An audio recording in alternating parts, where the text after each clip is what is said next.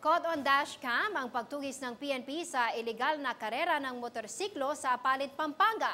Arestado ang isang motorista dahil sa ilegal na aktibidad. Narito ang aming balita.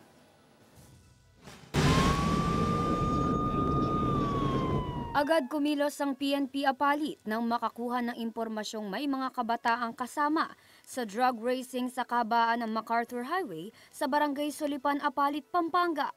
Huli sa akto ang mga motorsiklong ito na nabulabog nang makita ang patrol car ng PNP. Sinita ang mga kabataang lula ng 4 na motorsiklo na wala pang mga suot na helmet.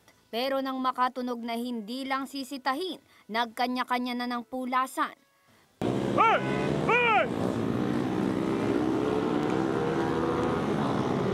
Pero tinugis ng PNP ang nagkakarerang motorsiklo. Ang motoristang ito hindi na nakatakbo, walang suot na helmet, walang plaka ang motorsiklo at sangkot sa iligal na karera.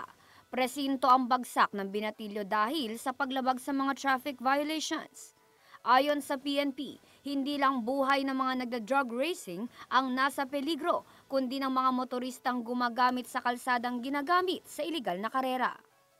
Ako si Lordeline Katama, nag-uulat para sa Metro Central Luzon News.